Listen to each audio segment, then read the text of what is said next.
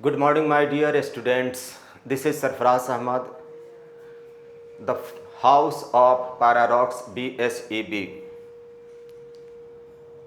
बच्चों, मैं आप सबों को सिंपल प्रेजेंट टेंस पढ़ा रहा हूँ। सिंपल प्रेजेंट टेंस में मैंने कुछ वाक्य दिया आपको, जिसको आपने बनाया और उस पर आपने महारत हासिल की। जैसे मैं एक डॉक्टर हूँ, आई एम ए डॉक्टर।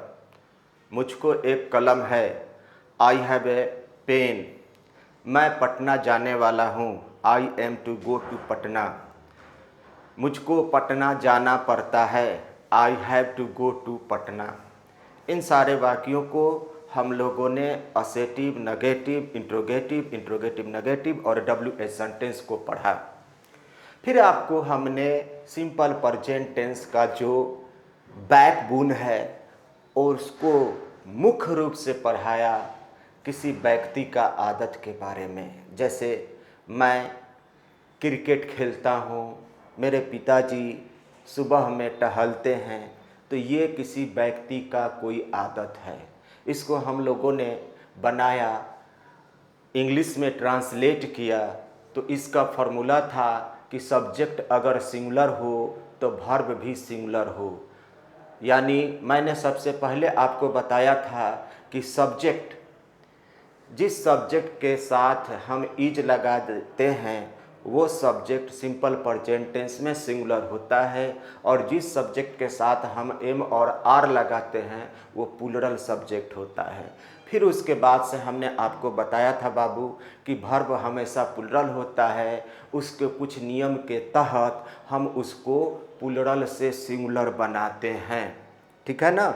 और उसके लिए बताया था मात्र दो ही, उसको प्लूरल से सिंगुलर बनाने के लिए दो ही नियम बताया था मुख्यतः, कि जिस वर्ब के अंत में CHO, SH, या X आता है तो वर्ब के अंत में आता है तो उसमें ES जोड़कर उस वर्ब को सिंगुलर बनाते हैं। और यही पांचों CHO, SH, या X नहीं आता है तो केवल S लगाते हैं। दूसरा बताया था कि यदि किसी वर्ब के अंत में Y आता है और ठीक उसके पहले वाला लेटर कोई वॉवेल आता है, तब उस Y के अंत में केवल S जोड़ते हैं। यदि किसी वर्ब के अंत में Y आता है और उसके पहले कोई कॉन्सोनेंट लेटर होता है तो उस Y को हटाकर IES जोड़कर उस वर्ब को सिंगुलर करते हैं, ठीक है। इस वाक्य में मैंने आपको बताया था डबल ऑब्जेक्ट को प्रयोग करने के लिए, जिसमें दो तरह के ऑब्जेक्ट होते हैं, एक पर्सन होता है, एक वस्तु होता है। तो वर्ब के बाद तुरंत हम व्यक्ति वाले ऑब्जेक्ट को लगाते हैं और उसके बाद वस्तु वाले ऑब्जेक्ट को लगाते हैं। फिर इसके बाद मैंने आपको बताया था कि असेटिव सेंटेंस को नेगेटिव में बदलने के लिए सिंगुलर के जगह पर डज नॉट लगाते हैं और प्लूरल के जगह पर डू नॉट लगाते हैं। फिर उसके बाद से इंट्रोगेटिव बताया, फिर उसके बाद से WH सेंटेंस बताया। अब इसमें कुछ खास तरह के वाक्यों को बताने जा रहा हूँ जो परीक्षा के संदर्भ में बहुत ही महत्वपूर्ण है, इसलिए बाबू इसको पूरा ध्यान से देखिएगा ताकि जरा सा भी मिस्टेक नहीं हो। और आप पहले ही समझ चुके हैं कि एक नंबर का क्या महत्व होता है, ठीक है। आइए,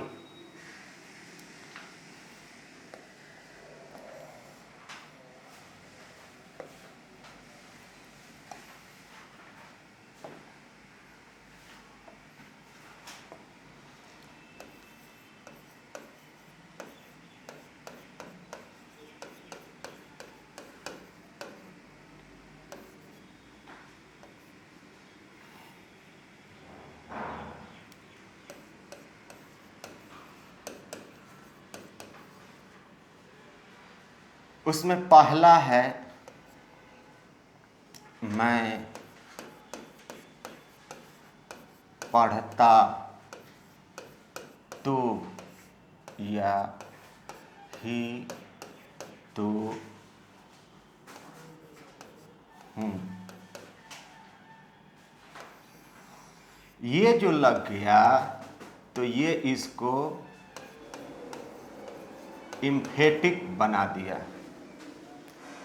बाबू देखिए यहाँ पर, इसमें मैं पढ़ता हूँ या पढ़ता तो हूँ, इन दोनों से इम्फेटिक सेंटेंस बनता है।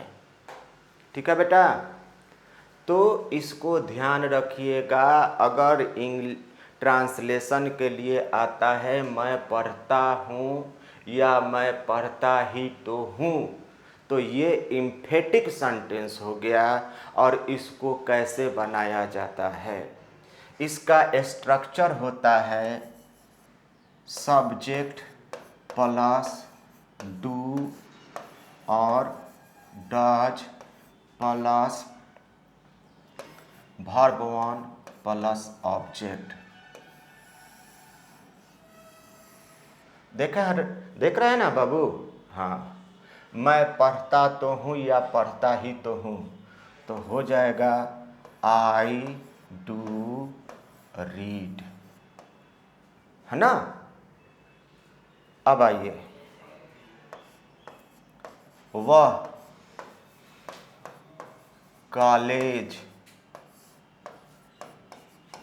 करता ही तो है। देखिए ध्यान दीजिएगा बाबू, वह कॉलेज करता ही तो है, तो ही डज डू कॉलेज। यहाँ कॉलेज करना हो गया और ये जो बना दिया इम्फेटिक बनाया। ठीक है, समझ में आ रही है ना। और देखिए,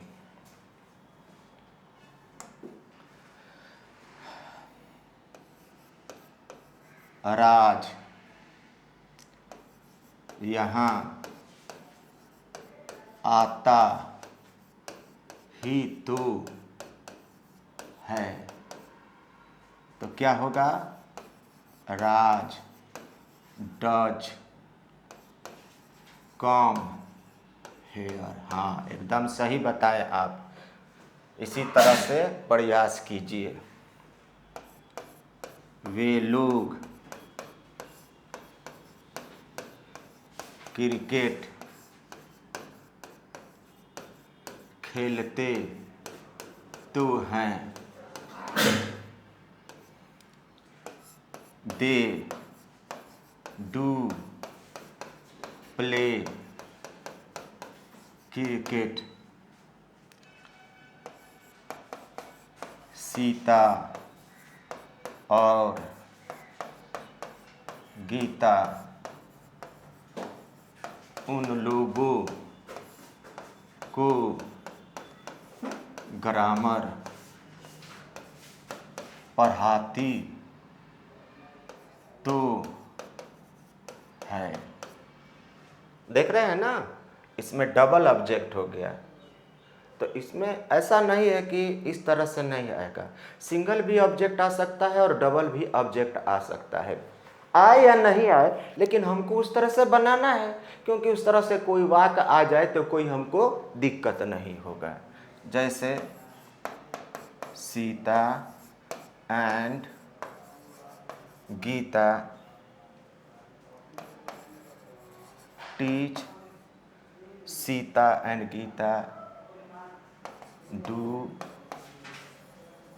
टीच देम ग्रामर। क्लियर? अब तो इसमें कोई आपको दिक्कत नहीं हो रही होगी। अब आपका काम बनता है बच्चों कि आप इस पर कितना अभ्यास करते हैं। आप अपने घर के आदमी का नाम लेकर और उससे कुछ रिलेटेड आदत को बनाकर और उसमें इम्फेटिक बनाकर आप प्रैक्टिस कीजिए तो ये आपको कन्फर्म हो जाएगा, है ना? समझ रहे हैं ना? गुड। अब आइए नेक्स्ट पर। अब दूसरा है, मैं पढ़ने लगता हूँ या राज क्रिकेट खेलने लगता है।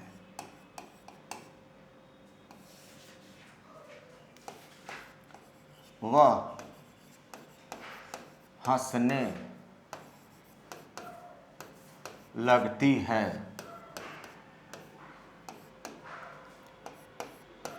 वे लोग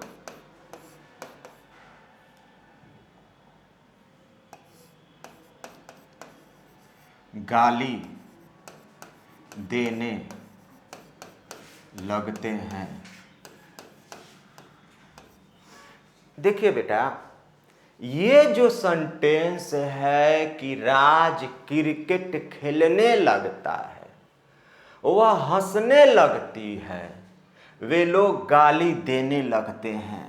हालांकि इसमें लगता है, लगती है या यही चीज आ रहा है। तो ये इसका फॉर्मूला इतना आसान है कि एक बार ध्यान दीजिएगा तो आपके दिमाग में आ जाएगा। कैसे? कि जब किसी घटना के बाद, क्या चीज बाबू? जब किसी घटना के बाद कोई काम शुरू होता है तो उसका अंग्रेजी बिगिन होता है। बिगिन का मतलब होता है शुरू होना। जैसे ये दो वाक्य का एक पार्ट है। जैसे जब पिताजी जाते हैं तो राज क्रिकेट खेलने लगता है। जब हम लोग उसे पढ़ाते हैं तो वह हंसने लगती है।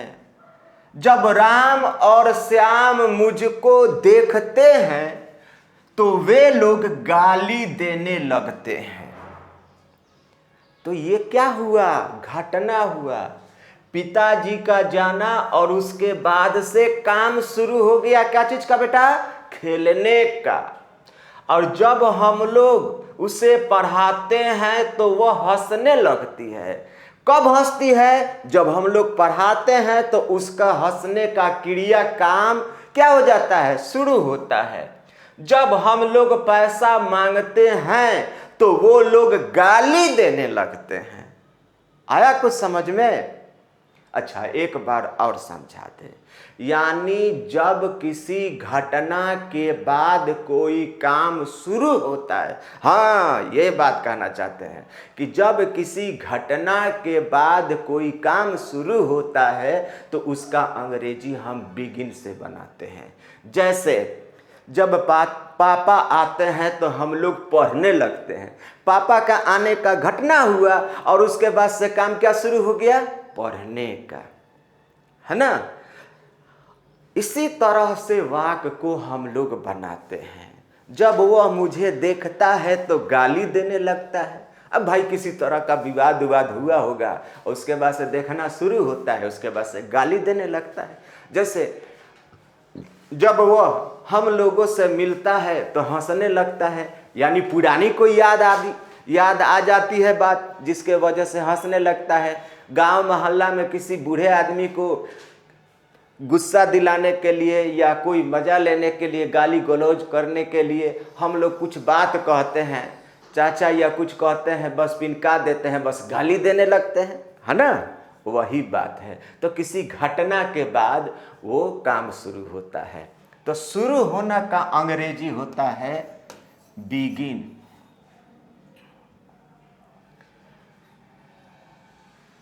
BEGIN, याद रखिएगा बेटा, इसका मतलब होता है शुरू होना। अब ये कैसे बनेगा? देखिए, सब्जेक्ट प्लस बिगिन। अब यहाँ एस क्यों लगाए हैं बोलिए तो?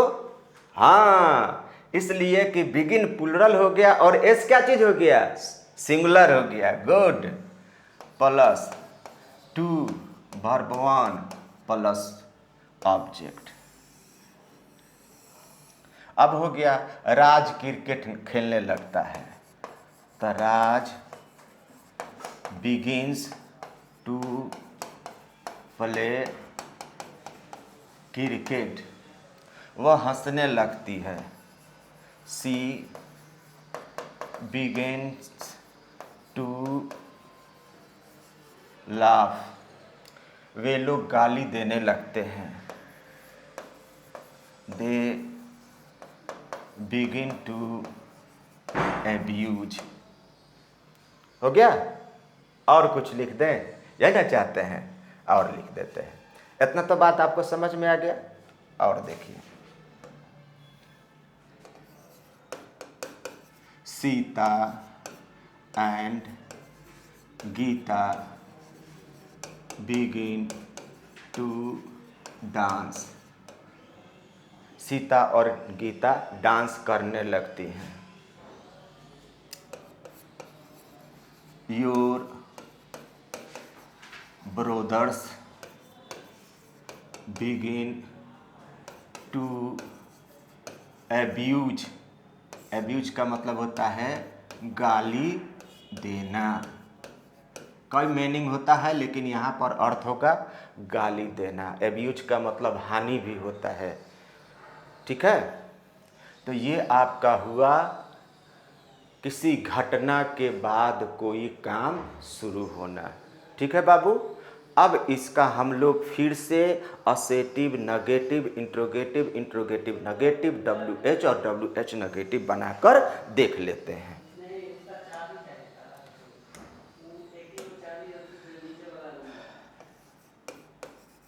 राज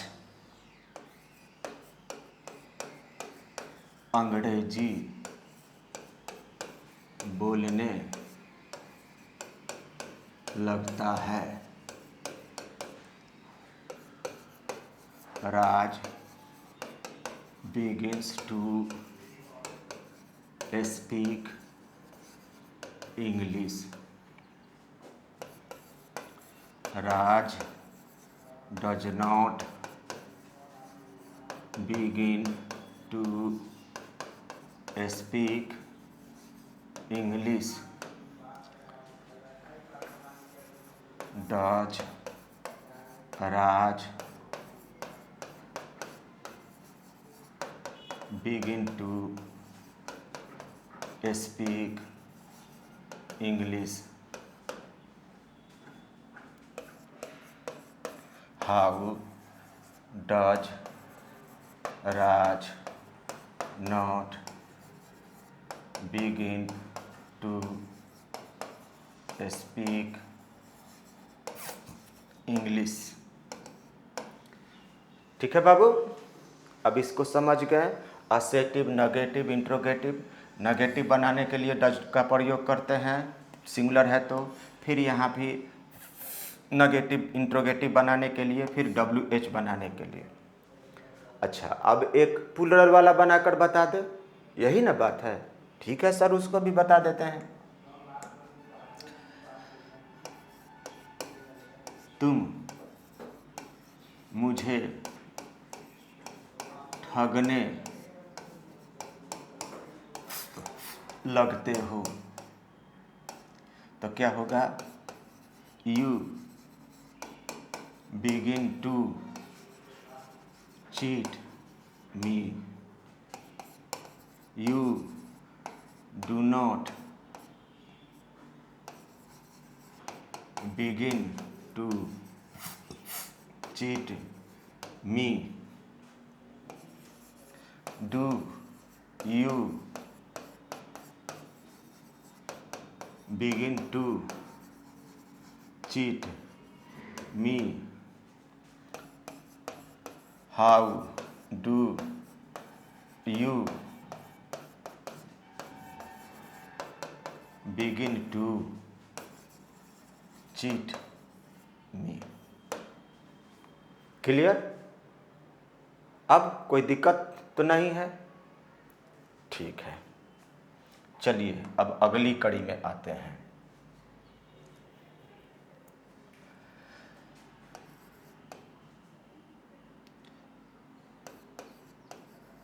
वह पढ़ता रहता है। देखिए, ये जो वाक्य है ये सिंपल प्रेजेंट टेंस में कंटिन्यूटी बताते रहता है उसके आदत का। क्या चीज़ करता है? उसके आदत को कंटिन्यूटी। जैसे वो गाली देते रहता है, अरे वो मेरा भाई को मत कहो भाई, वो दिन रात पढ़ते रहता है। अब राजेश को देख लो, मोबाइल चलाते रहता है। अब राम और श्याम को देखो, दिन भर क्रिकेट खेलते रहता है, वह हंसते रहता है। का जाने बीमारी हो गया है कि क्या हो गया है। तो बाबू ये वाक्य है ना, इसको हमको कैसे बनाना है? वर्तमान काल में किसी व्यक्ति का आदत जारी रहता है, वो औरत झगड़ा करती रहती है, जब देखा तब झगड़ा करती रहती है, सर यह बात पूछते रहते हैं, हम लोग उनके सारे सवाल का जवाब देते रहते हैं, हम लोग अच्छा मार्क्स पाने के लिए प्रयास करते रहते हैं। ठीक है बेटा? तो आइए अब इसको कैसे बनाते हैं। ये बनता है आपको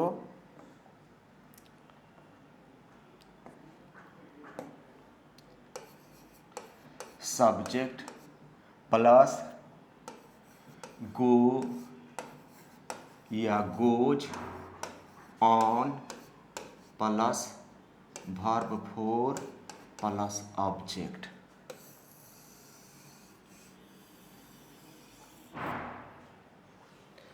देखिए, वर्ब फोर का मतलब हुआ कि वर्ब प्लस आईएनजी। बाकी सब चीज़ तो आपको समझ में आ रहा है। गो प्लुरल हो गया, गोज सिंगुलर हो गया, गोज ऑन माने जारी रहता है, इसका मतलब। अब इसमें कुछ नियम होता है वर्ब फोर को बनाने के लिए। जैसे अगर अंग्रेजी वर्ड के लास्ट में ई आता है तो उसको ई को हटा देते हैं और तब उसके बाद से उसको क्या करते हैं, केवल आईएनजी लगाते हैं।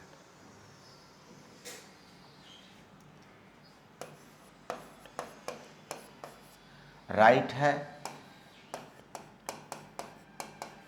राइटिंग हो गया। देख रहे हैं यही बात। ये हट गया आपका, उस तरह का आएगा तो ये बन जाएगा ई को हटा देंगे। इस तरह का बहुत सा वर्ड आएगा। और एक और होता है कि जब लास्ट में कोई वर्ड होता है और उसके कोई वॉवेल पहले होता है लेटर, तो उसको दोहराया जाता है।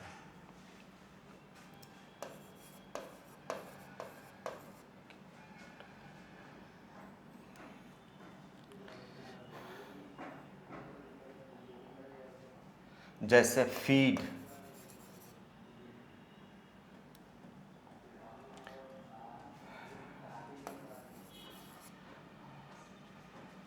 उस तरह का वर्ड हम आपको बता रहे हैं कि जो लास्ट वाला वर्ड रिपीट होता है। ठीक है? और वो वर्ड हुआ आपका, जब हम आएंगे इसमें सिर्फ एक बात को बता रहे हैं ताकि आपको दिक्कत नहीं हो, लेकिन इस बात को रहस्य रखने के लिए हम आपको कंटिन्यूअस में लेकर जाएंगे, तब उसमें हम आपको बताएंगे ताकि आपको पढ़ने की, जानने की जिज्ञासा जारी रहेगी। ठीक है, अब इस आधार पर हम लोग इसको बना रहे हैं।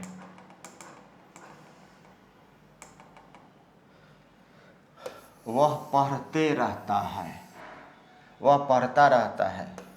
ही गोज ऑन रीडिंग। वे लोग आते रहते हैं। They go on coming. देखिए, हम बताना नहीं चाहते थे लेकिन आ गया। यहाँ कॉम के बाद COME ई आता है, तो ई को हटा दी है, उसके बाद से ING लग गया। आ गया ना? हाँ, यही हुआ आपका मास्टर माइंड, आपका पैराडॉक्स माइंड को कैसे आपने ये किया।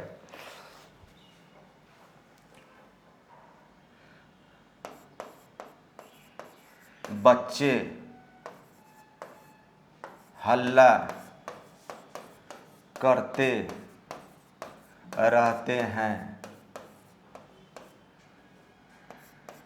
द चिल्ड्रेन गो ऑन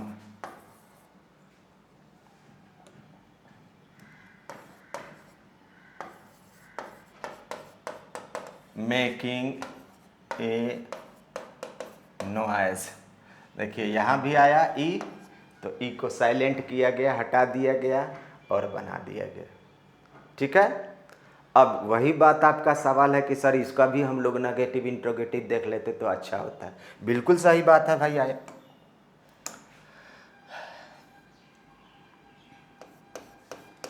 तुम बात करते रहते हो। You go on talking. You do not go on talking. Do you go on talking. How do you not go on talking. ठीक है बेटा, समझ में आ गया।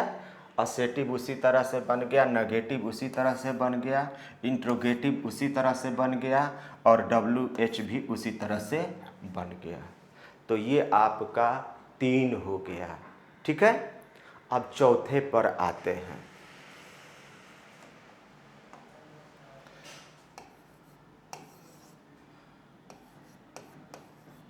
राज पढ़ता रहता है। राज पढ़ता ही रहता है। देखिए बाबू, यही कहा जाता है कॉमन एरर, है ना। देखिए, ये दोनों मिल रहे हैं, ये दोनों मिल रहे हैं, ये दोनों मिल रहे हैं, ये दोनों मिल रहे हैं, और ये एक इसमें से बीच में से क्या हो गया, अलग आ गया। तो यही अलग को पहचानना क्या हो जाता है, कॉमन एरर को सॉल्व करना। राज पढ़ता रहता है और राज पढ़ता ही रहता है। आ गया ना समझ में? हाँ, अब देखिए, इसी वाक्य को हम ऐसे भी लिख सकते हैं। राज पढ़ने के अलावा कुछ नहीं करता है। ये दोनों वाक्य का एक ही सेंस है बाबू, दोनों वाक्य का एक ही सेंस है। राज पढ़ता ही रहता है या राज पढ़ने के अलावा कुछ नहीं करता है। मेरा भाई सोचता ही रहता है, वे लोग पढ़ाते ही रहते हैं। तो ये कैसे बनेगा? सब्जेक्ट प्लस डू या does plus nothing but plus verb one plus object.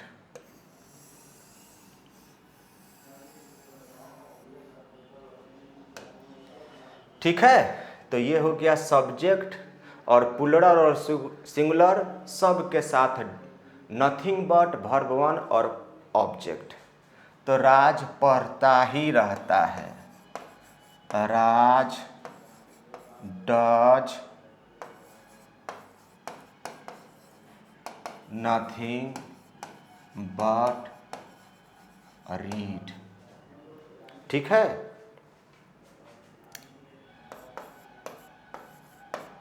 वे लोग बात करते ही रहते हैं, they do nothing but talk. ठीक है, उसी तरह से सिंगुलर का भी देख लिया जाए।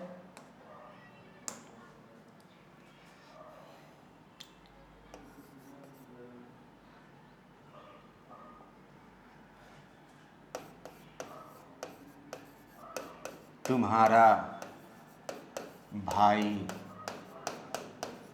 सोचता ही रहता है, your brother does nothing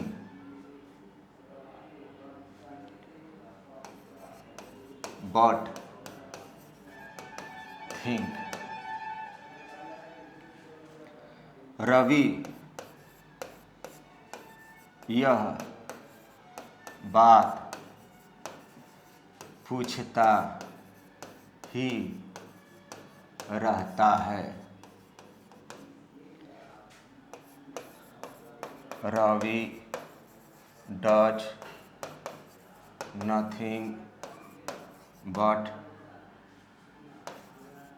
ask this matter. ठीक है, अब आइए इसको हम लोग नेगेटिव इंट्रोगेटिव WH। तो बेटा इसमें ये होता है कि नेगेटिव सेंटेंस नहीं बनता है।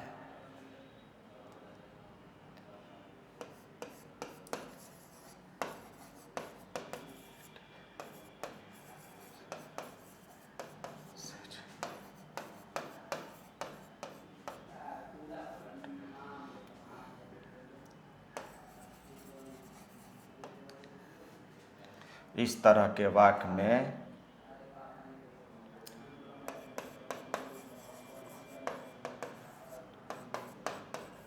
वाक्य नहीं बनता है।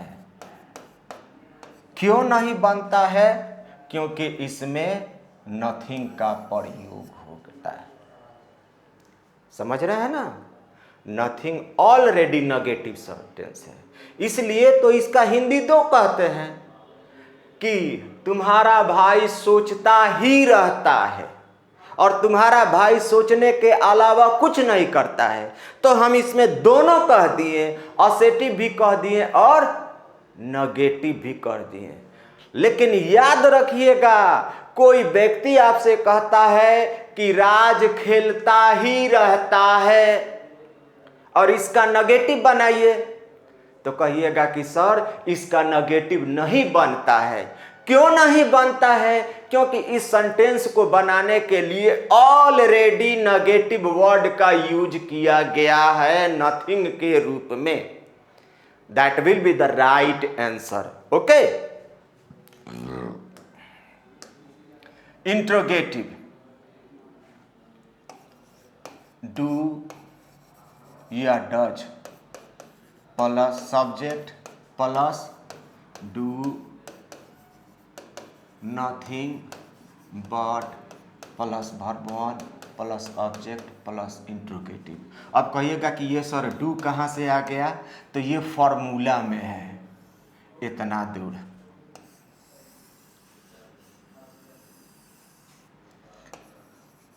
Do I play, do nothing but, do I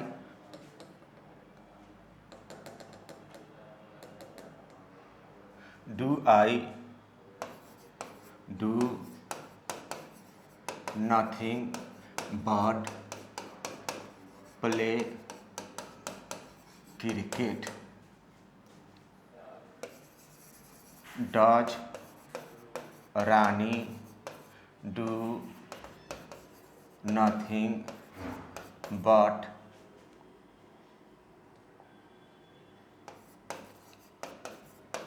bake bread, यहाँ रोटी पकाना।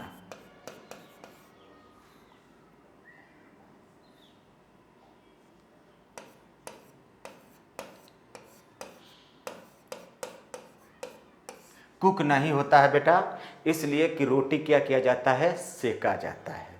ठीक है। तो do I do nothing but play cricket, क्या मैं क्रिकेट खेलते रहता हूँ। Does Rani do nothing but bake bread, क्या रानी रोटी पकाती ही रहती है। और इसका दूसरा रूप कैसे बनाएंगे? दूसरा तरह का वाक्य बोलिए, जल्दी बोलिए। हाँ, क्या राज क्रिकेट खेलने के अलावा कुछ नहीं करता है? क्या रानी रोटी बनाने के अलावा कुछ नहीं करती है? अब आइए WH,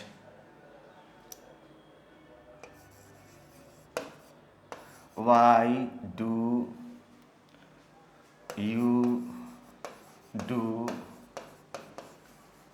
नथिंग, सॉरी यहाँ पर हम आपको स्ट्रक्चर पहले लिख दें।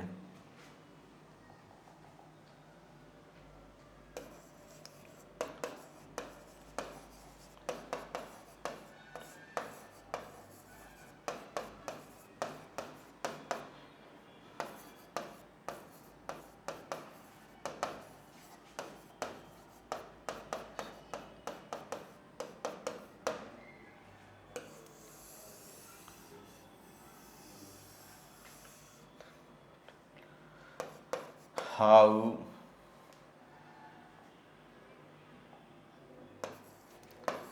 Do I do nothing but play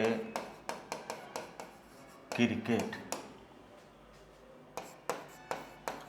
how does Rani do nothing but bake bread. ठीक है, ये इस तरह से आपका कंप्लीट हुआ। समझ में आया? तो ये हुआ पढ़ता ही रहता है या पढ़ने के अलावा कोई दूसरा काम नहीं करता है। चलते हैं अब नेक्स्ट में।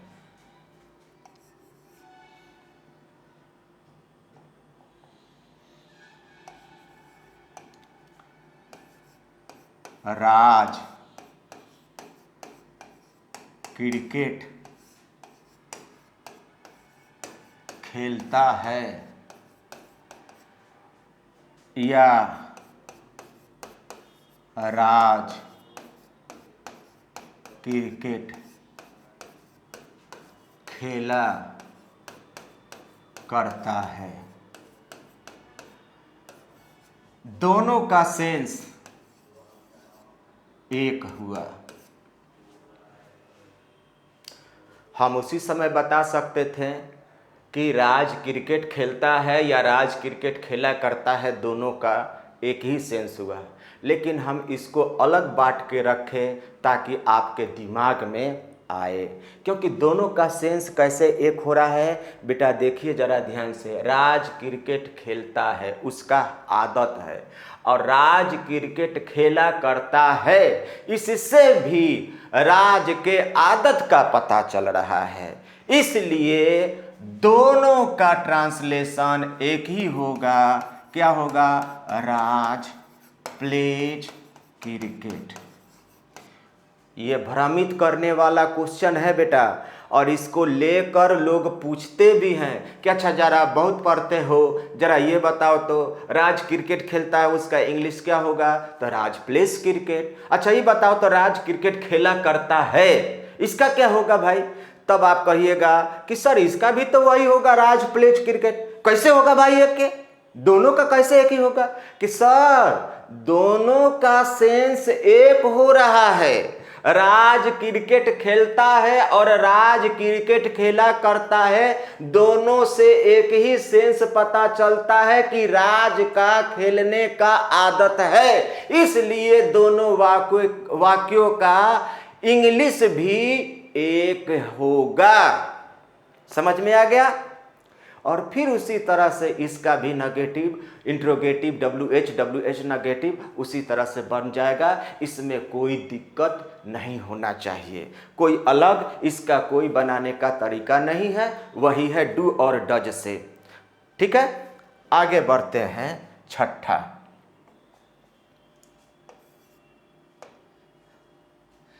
देखिए जब किसी काम को पूर्व नियोजित ढंग से किया जाए तो वैसे वाक्यों को हम सिंपल प्रेजेंट टेंस में बनाते हैं। बेटा इसमें ध्यान से देखिएगा, ऐसे वाक्यों के अंत में गा गे गी रहता है, लेकिन फ्यूचर टाइम भी उसमें जुड़ा रहता है।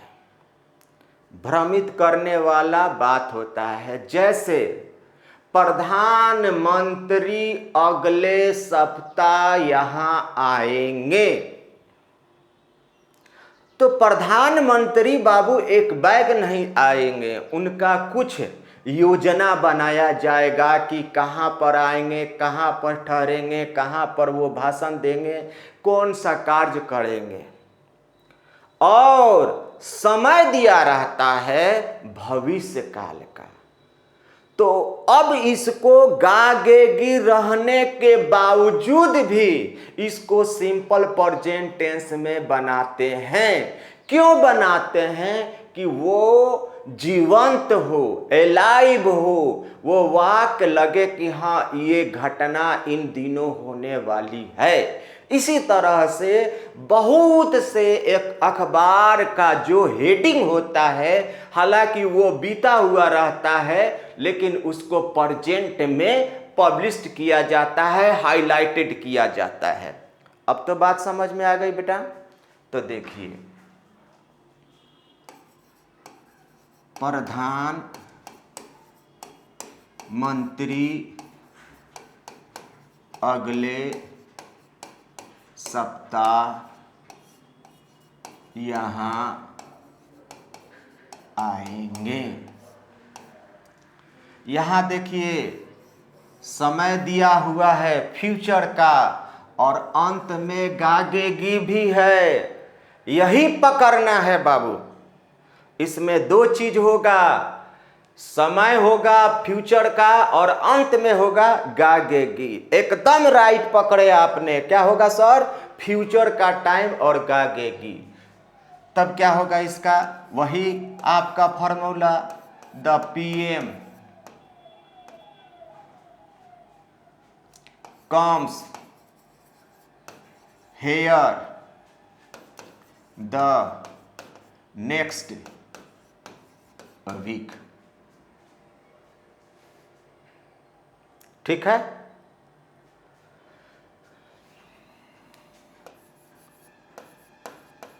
मुख्यमंत्री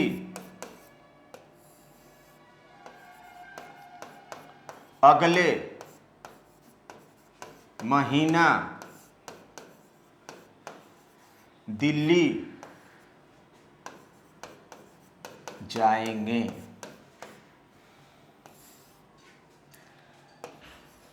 the CM goes to Delhi next month। ठीक है।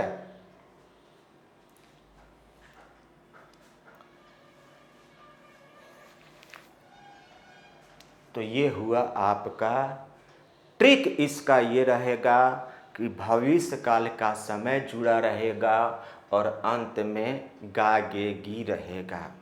इसका भी नेगेटिव उसी तरह से डू नॉट और डज नॉट पर बनेगा।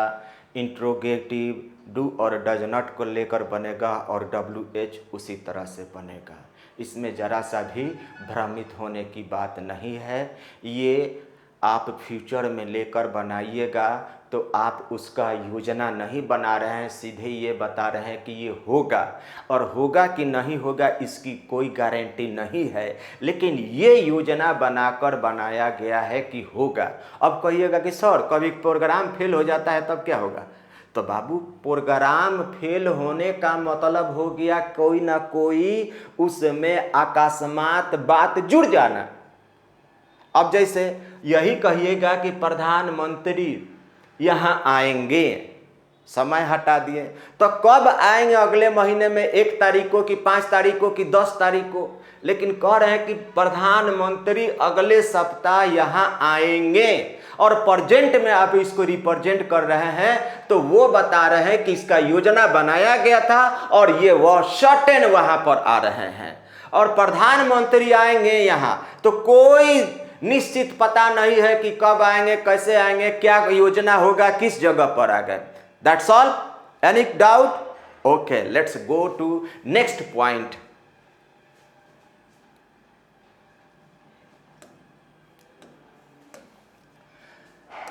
सातवां जो है, यदि या अगर।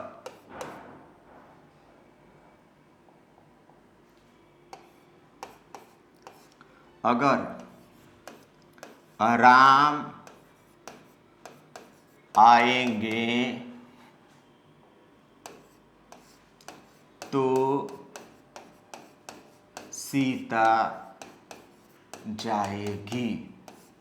देखिए, 2 हिस्सा है। तो यदि और अगर वाला जो वाक्य होगा इसका इंग्लिश होगा इफ। ठीक है बाबू? और ये शर्त हुआ और ये परिणाम हो गया।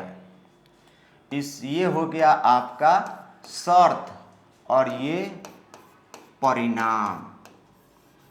कैसे हुआ कि यदि राम आएंगे, उसी कंडीशन में, उसी शर्त में सीता जाएगी। कोई दिक्कत? फिर से देख लिया जाए। शर्त ये हुआ कि यदि या अगर राम आएंगे तो सीता जाएगी। सीता का जाने का कंडीशन क्या है कि ये राम आएंगे। अब जैसे हम लोग घर पर कहते हैं कि मेला जाना है, कहते हैं ना ना हम ऐसे नहीं जाएंगे, जब पापा जाएंगे तब हम जाएंगे। तो आपका मार्केट जाने का या मेला जाने का क्या शर्त हुआ कि पापा जाएंगे तब हम जाएंगे? ये ना हुआ। तो उसी तरह से तो शर्त वाला जो होता है वो सिंपल प्रेजेंट टेंस में होता है। इफ प्लस सब्जेक्ट प्लस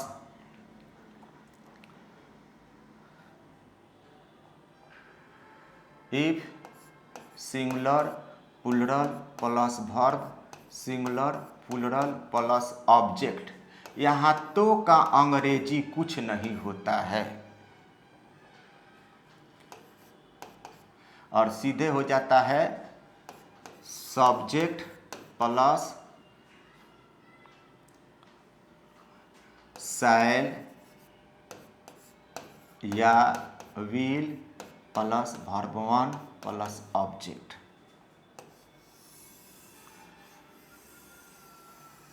अब इसमें कह सकते हैं कि आई और वी के साथ शैल लगता है और इन दोनों को छोड़कर कोई भी सब्जेक्ट आए, आई और वी के साथ ही केवल शैल लगता है और इन दोनों को छोड़कर कोई भी सब्जेक्ट आता है, यू, ही, सी, इट, दे, कुछ भी आता है, उसके साथ आंख बंद करके हम क्या लगाएंगे?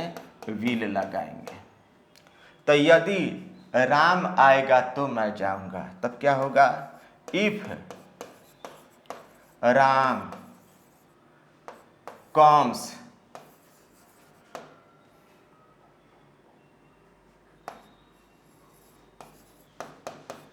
Sita will go. ठीक है बेटा?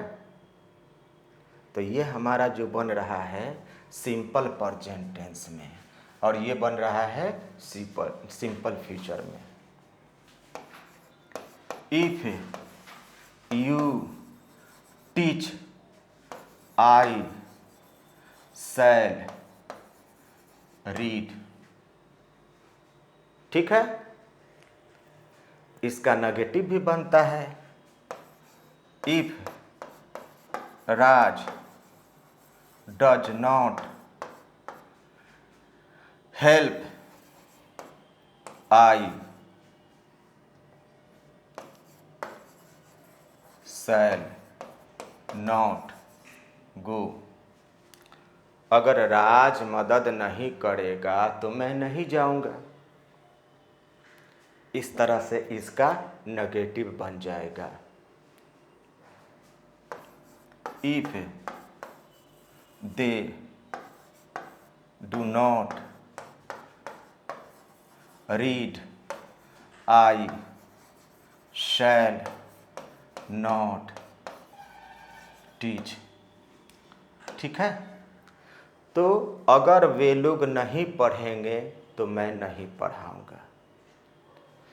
ये हुआ आपका सिंपल प्रेजेंट टेंस में कुछ खास सेंटेंस जिसको मैंने बताया है और ये आपको हर एक चीज़ में काम देगा।